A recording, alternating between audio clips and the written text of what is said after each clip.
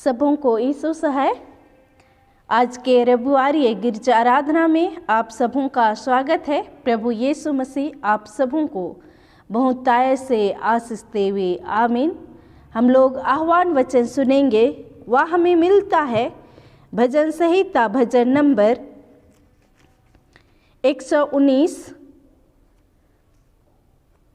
पद 33 और 34 पद।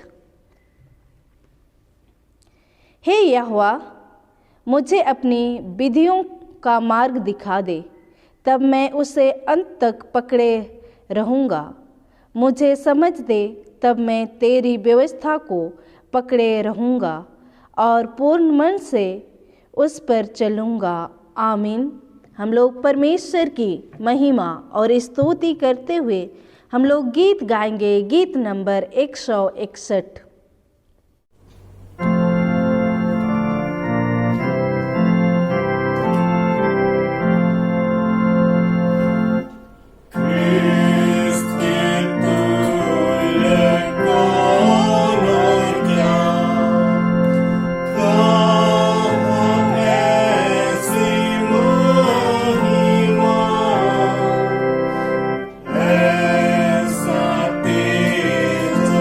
Oh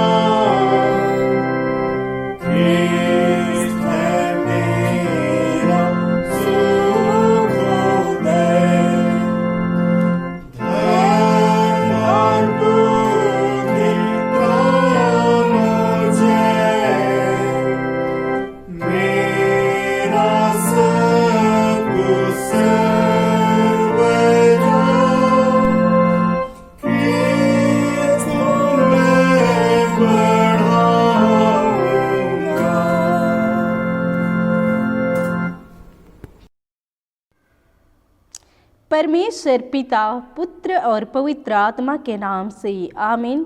हमारी सहायता ईश्वर के नाम से है, जिसने स्वर्ग और पृथ्वी को सृजा।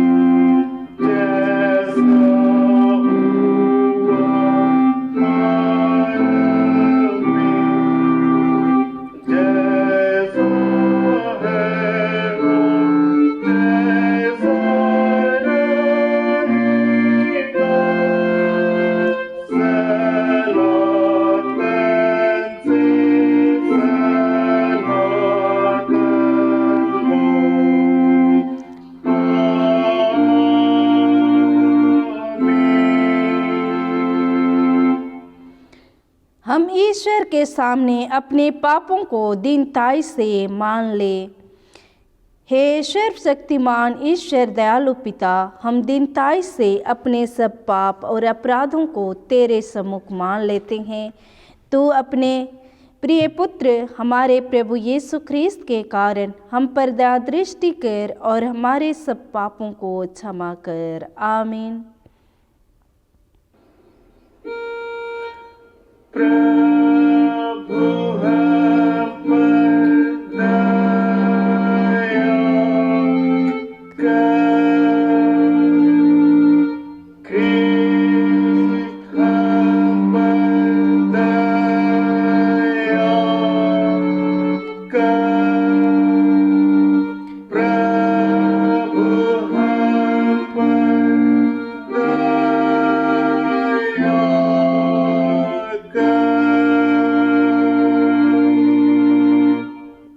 शांति का वचन सुने।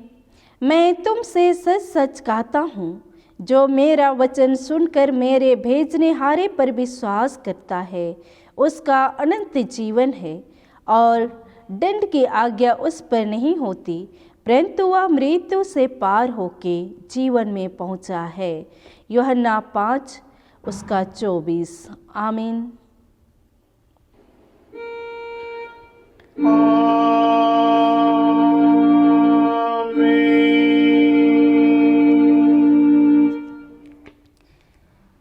सबसे ऊंचे स्थान में ईश्वर का गुना अनुवाद हो।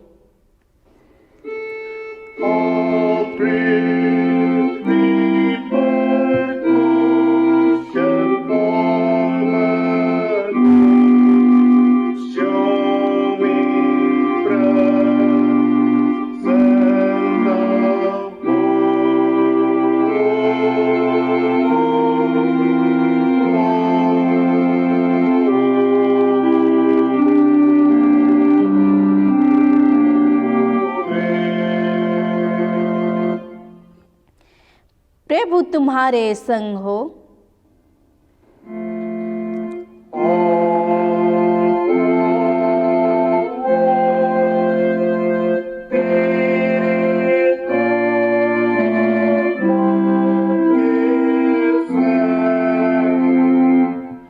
हम प्रार्थना करें।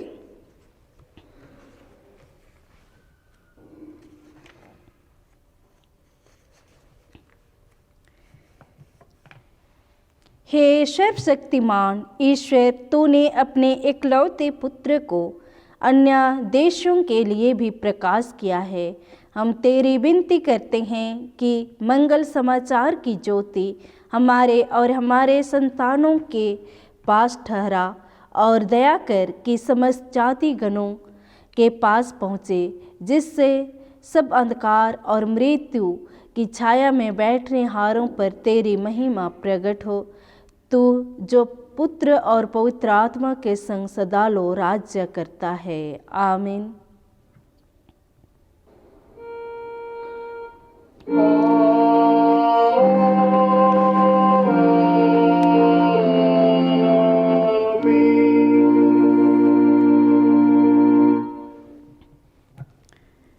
हम लोग आज के लिए ठहराया हुआ पाठ वचन सुनेंगे। वह हमें मिलता है।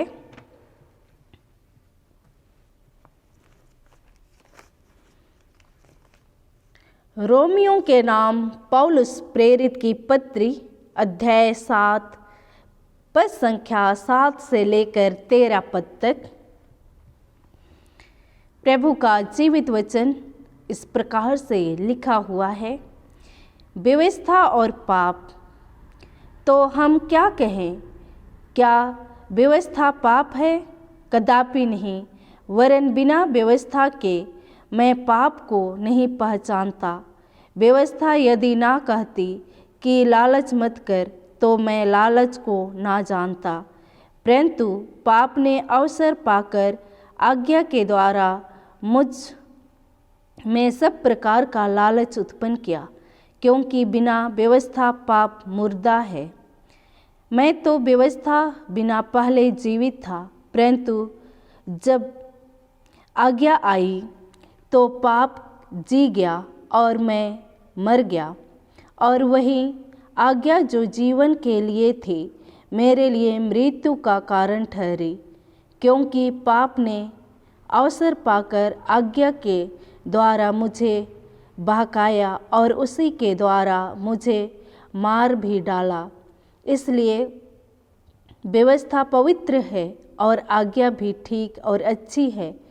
तो क्या वह जो अच्छी थी मेरे लिए मृत्यु ठहरी? कदापि नहीं, परंतु पाप उस अच्छी वस्तु के द्वारा मेरे लिए मृत्यु का उत्पन्न करने वाला हुआ, कि उसका पाप होना प्रकट हो और आज्ञा के द्वारा पाप बहुत ही पापमय ठहरे। आमीन। तेरा धन्यवाद हो हे ख्रिस्ट यीशु। हालेलुया। Hallelujah, hallelujah, hallelujah.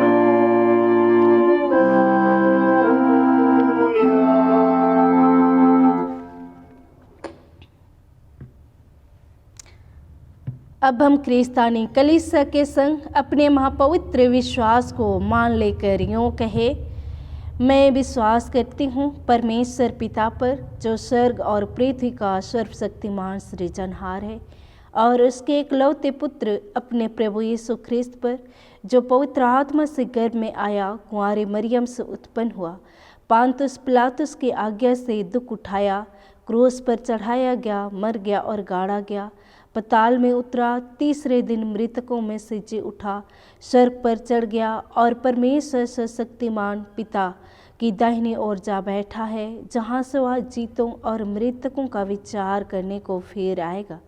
मैं विश्वास करती हूँ पवित्र आत्मा पर, एक ही पवित्र ख्रिस्तानी कलीसिया, पवित्रों की संगत पर, पापों की क्षमा दे के जी उठने और अनंत जीवन पर। आमीन।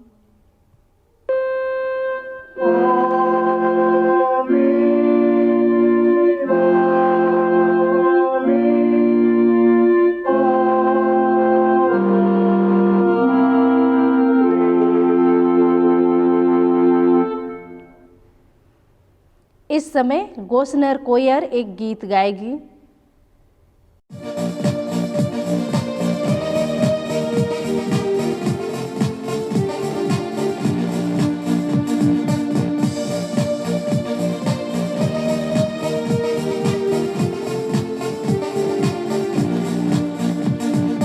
कभी भी यीशु न छोड़ेगा, कभी भी यीशु न करेगा, कभी भी यीशु के चुने हुए लोग लज्जित नहीं होंगे। कभी भी यीशु न छोड़ेगा, कभी भी यीशु न करेगा, कभी भी यीशु के चुने हुए लोग लज्जित नहीं होंगे।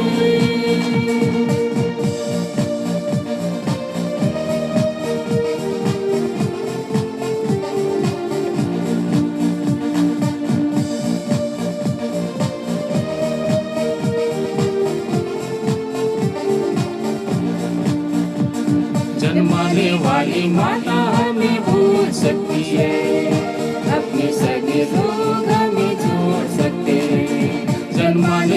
वाली माता हमें भूल सकती है, अपने सगे लोग हमें छोड़ सकते हैं। मैं तो जगत के अंदर सदा तेरे साथ रहूंगा, यीशु ने कहा। मैं तो जगत के अंदर सदा तेरे साथ रहूंगा, यीशु ने कहा। कभी भी यीशु न छोड़ेगा, कभी भी यीशु न त्यागेगा, कभी भी यीशु के चुने हुए लोग लज्जित नहीं होंगे।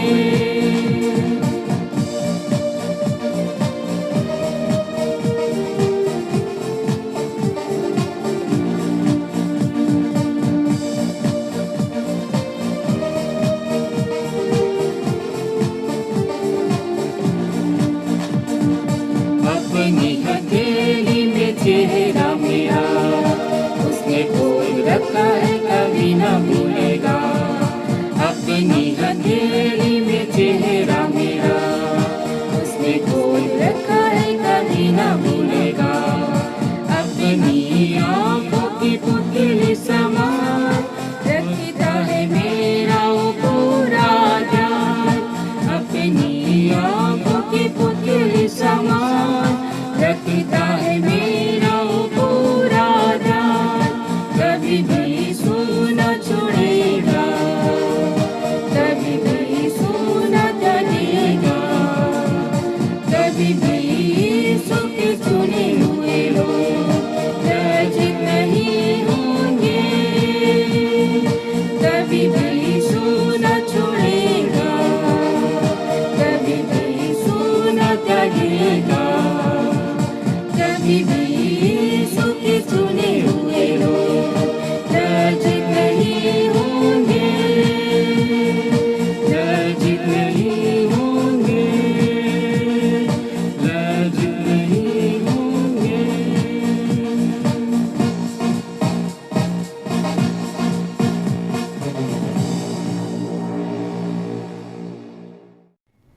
गोशनर कोयर को सुंदर गीत के लिए धन्यवाद देते हैं। तुम्हें हमारे पिता ईश्वर और प्रभु यीशु ख्रिस्त की ओर से अनुग्रह और शांति हर एक को बहुतायत से मिले, आमीन। हम लोग प्रार्थना करेंगे। पवित्र पवित्र सेनाओं के यहोवा पिता परमेश्वर, हमारा उद्धारकर्ता मुक्तिदाता प्रभु जी, हम तुझे धन्यवाद देते हैं विगत जीवन के लिए प्रभु। तू हम सबों के साथ रहा, सप्ताह भर के जीवन में तूने हमारी अगुवाई की और हमारे हर एक कामों में सहायता किया है। हम धन्यवाद देते हैं। और प्रभु आज के यह पवित्र दिन जो तूने आशीष किया है, हम इस पवित्र दिन में प्यारे पिता परमेश्वर, हम तेरे चरणों में ऑनलाइन के माध्यम से आते हैं और तुझे धन्यवाद देते हैं प्रभु कि हम तेरी दया और अनुग्रह के द्वारा आज हम जहाँ कहीं भी हैं, लेकिन प्यारे पिता परमेश्वर एक मन होकर तेरे पास आते हैं और तेरी महिमा और स्तुति करते हैं। प्यारे पिता परमेश्वर, तूने हमें हर प्रकार की बुराई से, शैतान की बंधन से तूने छुड़ाया और आज़ाद किया है, ताकि हम तेरी महिमा करने पाए। इस समय प्रभु तूने आज हमारे लिए जीवित वचन रखा है कि हम इस जीवित वचन की गहराई को जाने और समझने पाए, उस वचन को अपने जीवन में अमल करने पाए और उसके अनुसार अपने जीवन को चलाने वाले होने पाए। प्रभु तो अपने पवित्र आत्मा की सामर्थ्य कि हम तेरे उस पवित्र आत्मा के द्वारा से हम वचन की गुणभेदों को जाने और समझने पाए और यह वचन हम सबों के लिए आशीषमय हो, हमारे जीवन में, आत्मिक जीवन में बहुतायत का आशीष प्रदान करे। हमें सुनने और सुनाने में हर एक को बहुतायत का आशीष दे। सारी आदर और महिमा और गौरव प्रभु तुझको देते हैं। प्रार्थना यीशु मसीह के नाम से मांगते हैं, सुन और दया से ग्रहण कर ले, आमीन। हम लोग आज के लिए उपदेश वचन सुनेंगे। वह हमें मिलता है यूहन्ना रचित सुसमाचार अध्याय 4 पद संख्या 27 से लेकर 42 पद तक। चेलों की वापसी। इतने में उसके चेले आ गए और अचंभा करने लगे कि वह स्त्री से बातें कर रहा है। तो भी किसी ने ना पूछा, तू क्या चाहता है, क्या किस लिए उससे बातें करता है। तब स्त्री अपना घड़ा उठाकर नगर में चली गई और लोगों से कहने लगी, आओ एक मनुष्य को देखो जिसने सब कुछ जो मैंने किया मुझे बता दिया।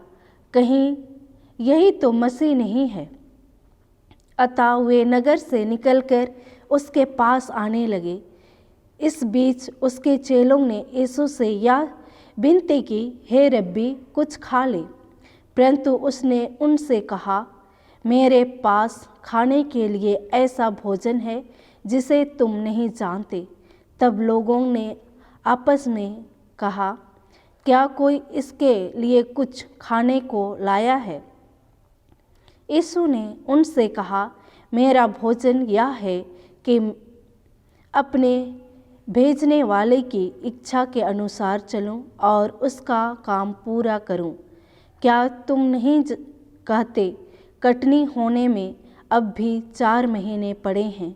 देखो, मैं तुमसे कहता हूँ, अपनी आंखें उठाकर खेतों पर दृष्टि डालो कि वे कटनी के लिए पक चुके हैं।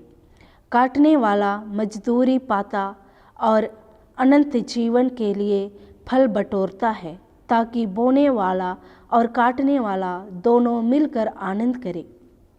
क्योंकि यहाँ पर यह कहावत ठीक बैठती है, बोने वाला और है और काटने वाला और।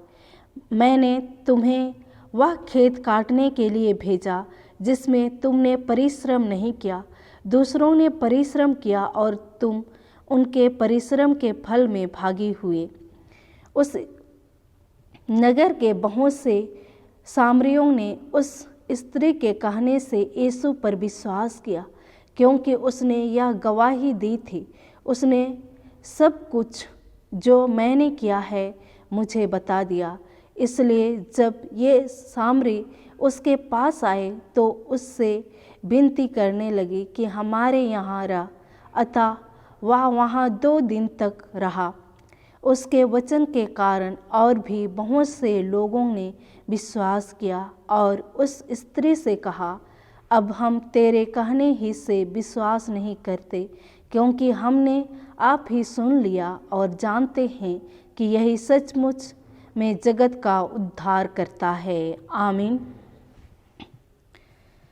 मसीह यीशु में मेरे प्रियो, हम परमेश्वर को धन्यवाद देते हैं कि प्रभु हमारे जीवन में एक नया दिन को जोड़ दिया है और आज हम इस पवित्र दिन में हम ऑनलाइन माध्यम से परमेश्वर के चरणों तले आते हैं, परमेश्वर की महिमा और स्तुति करते हैं और आज हम उसके जीवित वचन में सहभागी होते हैं। हम लोग पिछले सप्ताह में देखे थे कि यीशु और सामरी स्त्री के बीच में उनसे वाद विवाद होता है, बातचीत होता है। यीशु ने उस सामरी स्त्री को जीवन जल के विषय में बताया था और उस समय उसके चेले भोजन मोल लेने के लिए वे नगर से बाहर गए हुए थे। और आज के हम लोग वचन में देखते हैं कि चेलों की वापसी, वो लोग भोजन मोल करके यीशु के पास आते हैं और वहाँ पर यीशु को देखते हैं कि यीशु एक स्त्री से बातें कर रहा है। यहूदियों के समाज में एक यहूदी शिक्षक कोई स्त्री से बात नहीं करते थे, वे स्त्रियों से बात करना उचित नहीं समझते थे। और यहाँ पर तो वह एक यहूदी स्त्री नहीं परंतु एक सामरी स्त्री है जो यीशु से बातचीत करती है, यीशु से उसका वार्तालाप होता है। और यहाँ पर जब चेलों ने देखा तो वे अचंभा करने लगे और वे नहीं पूछे कि तू इससे क्या बात कर रहा है, किस लिए बात कर रहा है। लेकिन जब बात की उसके बाद वह स्त्री अपना घड़ा उठा करके वह चली गई और वे लोगों को इकट्ठा की कि आओ एक मनुष्य को देखो जिसने सब कुछ जो मैंने किया मुझे बता दिया। अर्थात उस स्त्री के जीवन में उन्होंने जो भी पाप किए थे, जो भी उसने गलती की थी, उसको यीशु मसीह ने उसके विषय में बता दिया। अगर हम लोग वचन में देखेंगे तो यूहन्ना 4 अध्याय उसका यहाँ पर 16 और 17 में यहाँ पर प्रभु यीशु मसीह उस स्त्री से बात करता है। यीशु ने उससे कहा, जा अपने पति को यहाँ बुला ला। स्त्री ने उत्तर दिया, मैं बिना पति की हूँ। यीशु ने उससे कहा, तू ठीक कहती है, मैं बिना पति की हूँ, क्योंकि तू 5 पति कर चुकी है और जिसके पास तू अब है वह भी तेरा पति नहीं। या तूने सच ही कहा है। और इस बात को और सचमुच उस स्त्री एक व्यभिचार का पाप में गिरी हुई थी और इसलिए जो उसने यीशु ने कहा कि अपनी पति को बुला ला, लेकिन उसका तो कोई पति ही नहीं था। और यहाँ पर यीशु उससे साफ बता दिया कि जिसके पास तू है वह भी तेरी पति नहीं है। तो इन सारी बातों को वह नगर में जाकर लोगों को बताती है। वो एक सामरी स्त्री जिसने यीशु से वार्तालाप की थी और तब उसके चेले यीशु मसीह को कहते हैं कि हे रब्बी कुछ खा ले, परंतु वह कहता है, उसने उनसे कहा, मेरे पास खाने के लिए ऐसा भोजन है जिससे तुम नहीं जानते। सचमुच यहाँ पर चेले लोग नहीं जानते थे, क्योंकि यीशु मसीह तो परमेश्वर के वचन को, परमेश्वर के राज्य को प्रचार करने के लिए इस जगत में आया ताकि लोग उद्धार पाए। और वह भोजन जो प्रभु यीशु मसीह के पास था वह हर एक विश्वासियों को देना चाहता है। मेरे प्रियो, आज हम भी प्रभु यीशु मसीह पर विश्वास करते हैं। प्रभु यीशु मसीह वह हमें खाने के लिए भोजन देता है जिससे हम कभी भूखे और प्यासे नहीं होते हैं। हम उसके पास सदैव आना चाहते हैं। हम प्रभु यीशु मसीह के जीवित वचन से हम आशीषित होते हैं। जो यीशु मसीह यहाँ पर अपने चेलों को कहता है कि तू नहीं जानता है। तब चेलों ने आपस में कहा, क्या कोई इसके लिए भोजन खाने को लाया है? यहाँ पर एक संसारिक दृष्टि से यहाँ पर चेले सोच रहे हैं कि कोई इसके लिए खाने के लिए भोजन ला दिया है, इसीलिए यह कहता है कि मेरे पास खाने के लिए ऐसा भोजन है जिससे तू नहीं जानता है। लेकिन यहाँ पर यीशु मसीह ने बताया कि मेरा भोजन यह है कि अपने भेजने वाले की इच्छा के अनुसार चलो। अर्थात यीशु को परमेश्वर ने इस जगत में भेजा जिस उद्देश्य के लिए उस परमेश्वर की इच्छा के अनुसार चले और उसका काम को पूरा करे।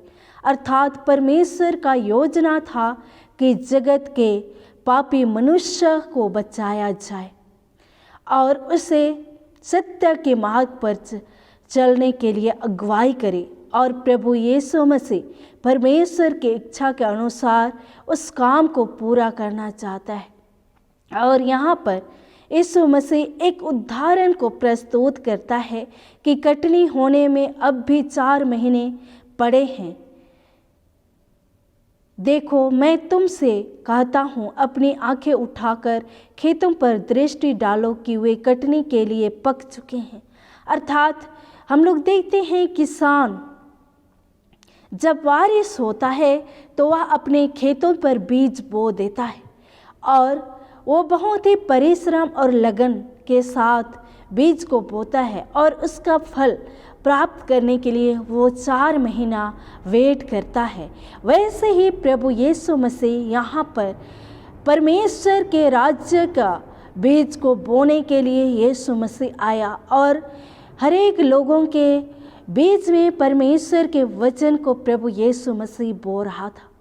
और जो खेत यहाँ पर लोगों ने यीशु मसीह के वचन को सुनने के लिए तत्पर थे, वह यीशु मसीह के पीछे चल रहे थे, वे एक खेत थे लोगों की, और वे विश्वास करने लगे। और इसलिए कहते हैं कि कटनी के लिए पक चुके हैं, अर्थात जो यीशु मसीह पर विश्वास कर रहे हैं और उसके अनुसार अपने जीवन को व्यतीत कर रहे हैं। और इसलिए यहाँ पर यीशु मसीह कहता है कि काटने वाला मजदूरी पाता और अनंत जीवन के लिए फल बटोरता है, ताकि बोने वाला और काटने वाला दोनों मिलकर आनंद करे।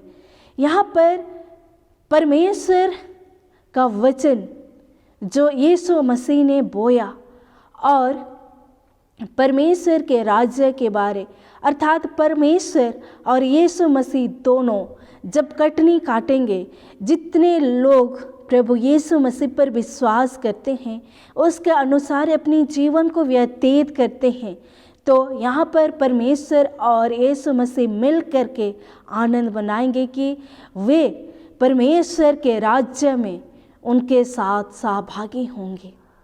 मेरे प्रियो, आज सचमुच आज बहुत सारे लोग प्रभु यीशु मसीह को ग्रहण नहीं किए हैं।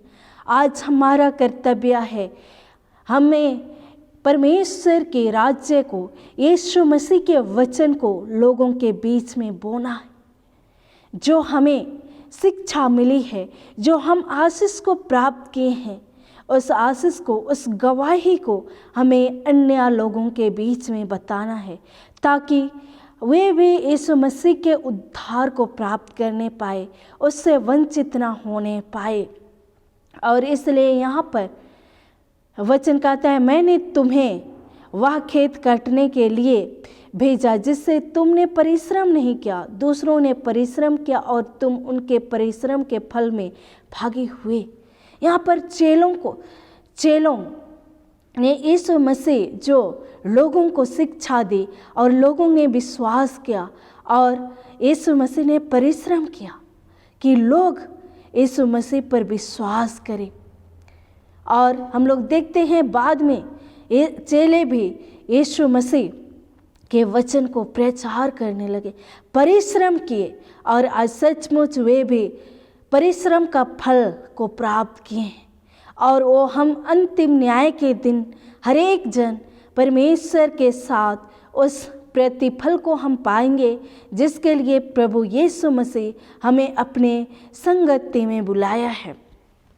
मेरे प्रियो, यहाँ पर हम लोग देखते हैं सामरियों का विश्वास करना।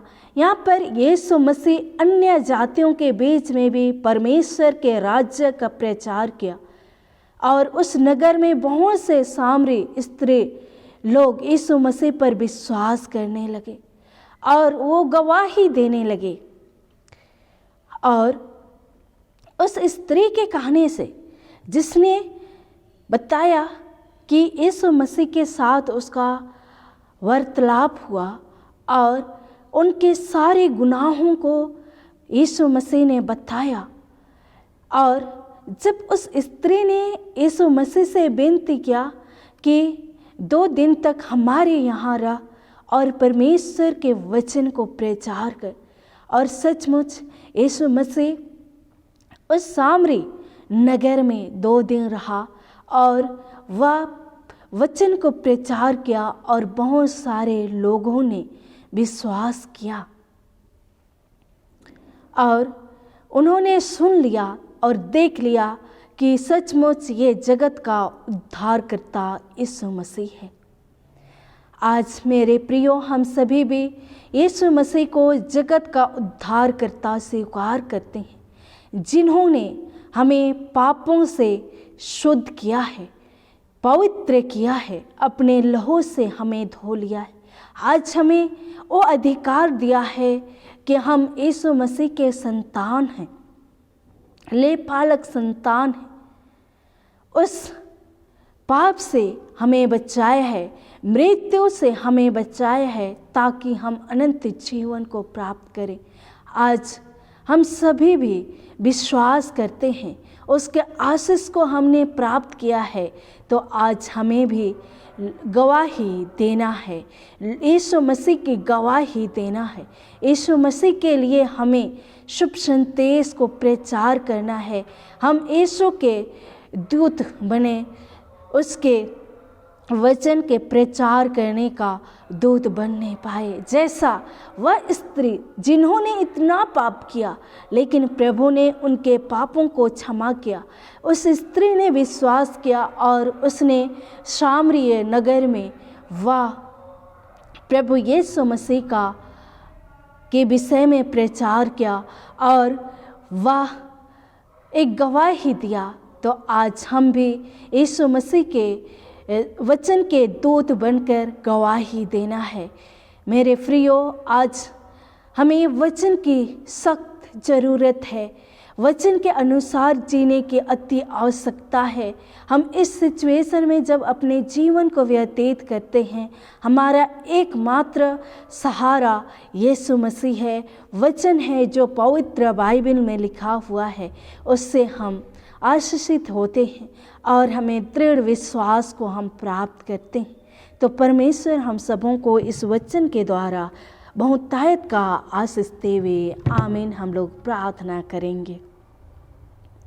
हे अनुग्रहकारी परमेश्वर पिता, हम तुझे धन्यवाद देते हैं प्रभु, सुंदर जीवित वचन के लिए जो तूने हम सबों के बीच में बोया। हाँ प्यारे पिता परमेश्वर, सचमुच तूने पहले यहूदियों को, इजराइलियों के लिए तूने इस जगत में आया, परंतु उन्होंने विश्वास नहीं किया, तो तू अन्य जातियों के पास गया, सामरी लोगों के पास, और उन्होंने विश्वास किया, तेरी गवाही दी। आज हम भी प्रभु अन्य जातियों में से होकर तुझ पर विश्वास करते हैं। प्रभु आज हम सबों को भी तू अपनी गवाही देने के लिए तू इस्तेमाल करेगा। इसलिए प्यारे पिता परमेश्वर, हम तुझे धन्यवाद देते हैं सुंदर जीवित वचन के लिए। हमें अपने दूत बना प्रभु, कि हम तेरे जीवित वचन को ग्रहण करके लोगों को बताने वाले होने पाए। आज के वचन के आशीष हम सबों को तो बहुतायत से दे, हमारे मन और हृदय में हम रखने पाए और इससे हम आशीषित होने पाए, दृढ़ विश्वास को थामते हुए अपने जीवन में व्यतीत करने पाए। सारी आदर और महिमा गौरव तुझको देते हैं। प्रार्थना यीशु मसीह के नाम से मांगते हैं, आमीन। और ईश्वर की शांति जो समस्त ज्ञान से परे है, ख्रीस्त यीशु में प्रत्येक के मन और हृदय की रक्षा और रखवाली अब से लेकर सर्वदा तक करता रहे, आमीन। हम लोग मंडली समाचार सुनेंगे।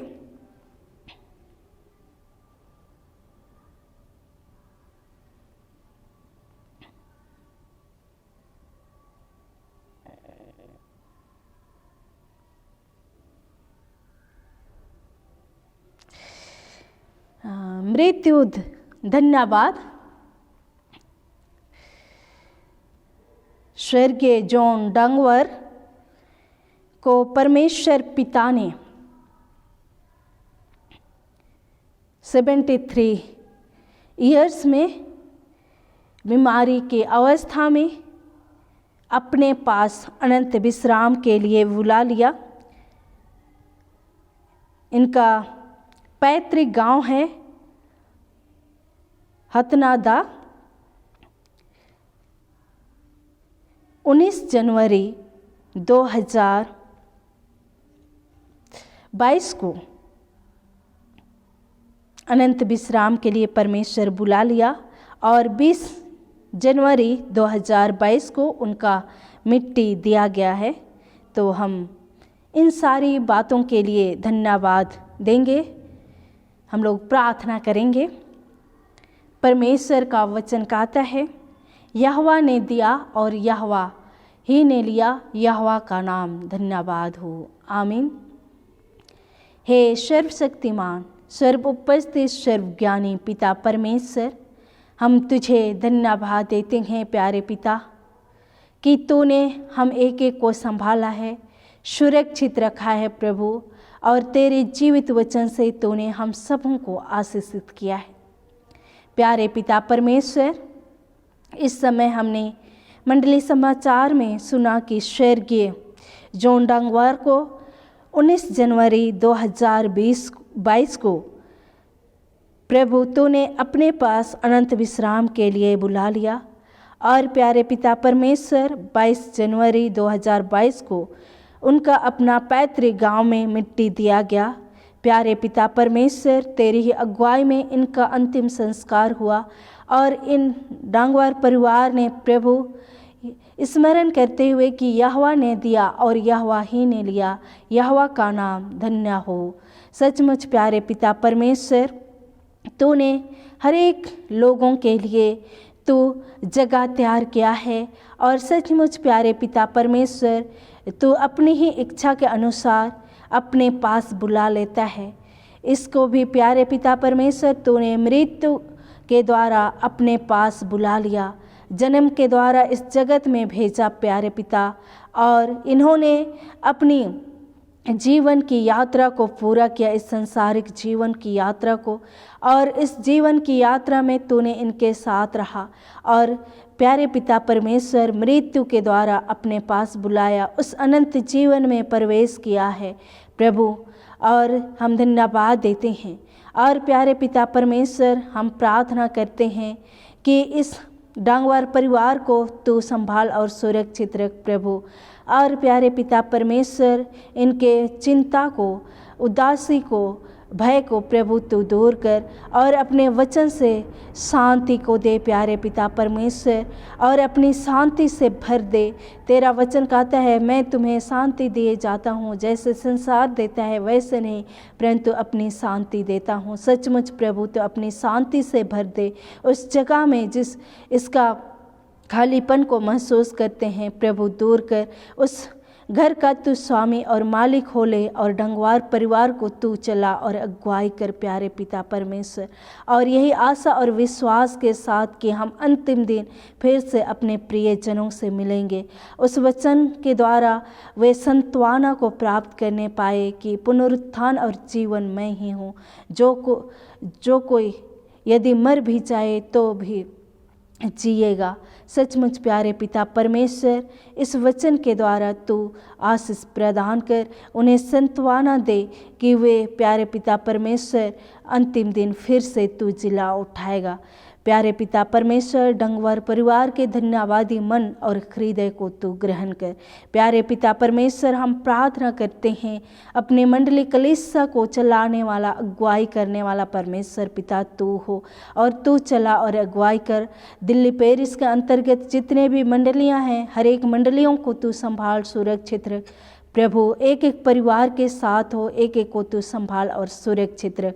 हर एक जवान ज्योति बाल बच्चों को तू संभाल और सुरक्षित रख प्रभु। हर एक को पढ़ाई लिखाई की जीवन में तू बहुतायत से आशीष दे। और जितने भी जवान हैं प्यारे पिता परमेश्वर, उन जवानों को अपनी महिमा के लिए तू इस्तेमाल कर, अपने पैरों पर खड़ा होने के लिए तू उन्हें सहायता मदद कर। बुजुर्ग माता पिताओं के साथ हो, उन्हें तू संभाल और सुरक्षित रख। जितने भी लोग बीमार में हैं, दुख तकलीफ में हैं, परेशानी में हैं प्रभु, एक एक पर अपने हाथ को पसार, छू और चंगाई प्रदान कर प्रभु, कि वे समय की पूर्णता में चंगाई को प्राप्त करने पाए। प्रार्थना करते हैं पूरे विश्व के लोगों के लिए, तो प्रभु एक एक लोगों को तू संभाल और सुरक्षित रख। हर प्रकार की मुसीबत तकलीफों से तू बचाए रख प्रभु। विशेष रूप से इस समय ओमिक्रॉन जैसे बीमारी से हम सबों को तू बचाए रख प्रभु जी। यह बीमारी भी यीशु मसीह के नाम से दूर होने पाए, और प्रभु हर एक लोग तेरे सुरक्षित में रहने पाए। प्रार्थना करते हैं जितने लोग प्रभु अंधकार में बैठे हैं, तूने इस जगत में ज्योति बनकर आया प्रभु जी, और हर एक अंधेरे में बैठे हुए लोगों को तू अपनी ज्योति को प्रकट कर कि वे भी यीशु मसीह तुझे ग्रहण करने पाए, स्वीकार करने पाए उद्धार करता करके। प्यारे पिता परमेश्वर, फिर से हम सभी एक एक तेरे हाथों में सौंपे जाते हैं। सारी आदर महिमा गौरव तुझको देते हैं हैं और प्रार्थना यीशु मसीह के सामर्थ्य नाम में मांगते हैं। सुन और दया से ग्रहण कर ले, आमीन। हम लोग इस समय गीत गाएंगे। गीत नंबर 167 को हम लोग गाएंगे।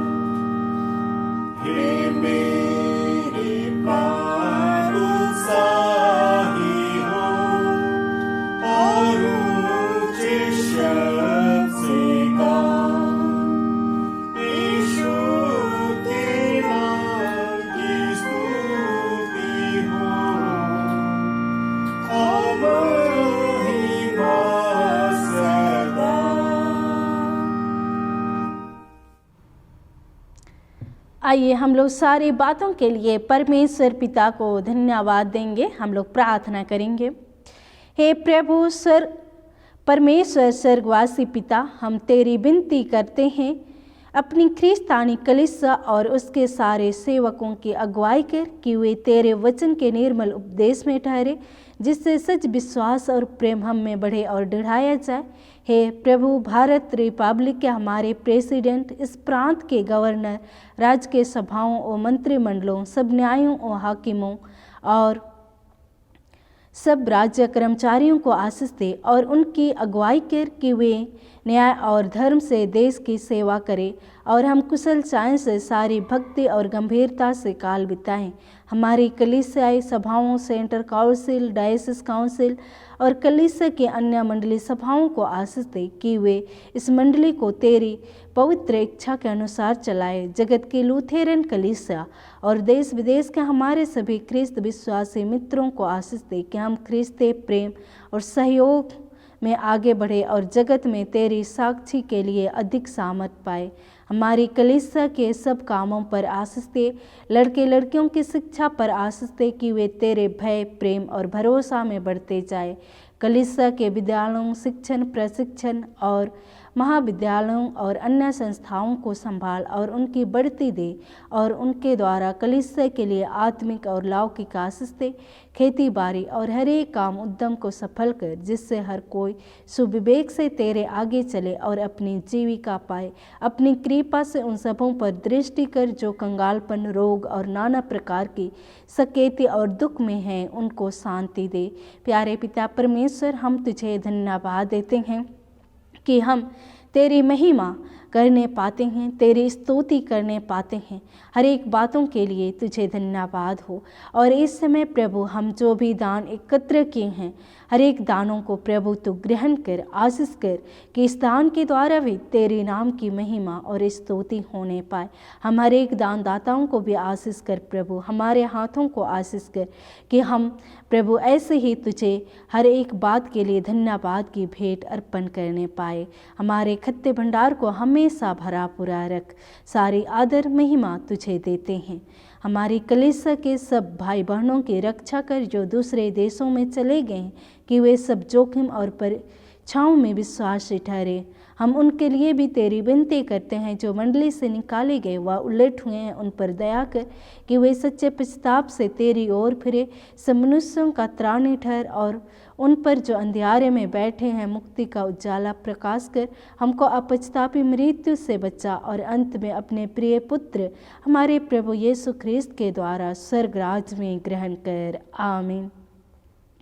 हे हमारे पिता, तू जो स्वर्ग में है, तेरा नाम पवित्र माना जाए, तेरा राज आए, तेरी इच्छा जैसे स्वर्ग में है वैसे इस पृथ्वी पर भी पूरी हो। हमारे प्रतिदिन की रोटी आज हमको दे और हमारे अपराधों को क्षमा कर, जिससे हम भी अपने अपराधियों को क्षमा करते हैं। और हमको परीक्षा में ना डाल, परंतु बुराई से बचा, क्योंकि राज और पराक्रम और महात्म सदा तेरी हैं। आमीन।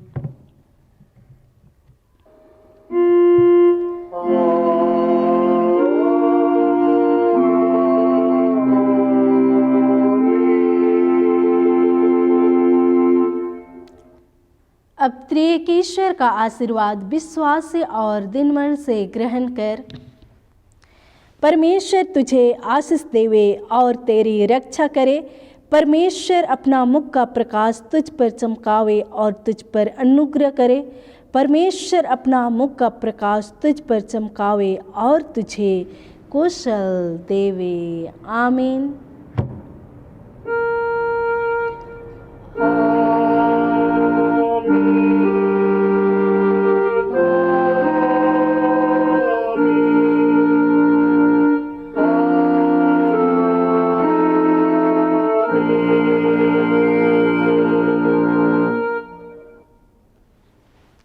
यीशु सहाय।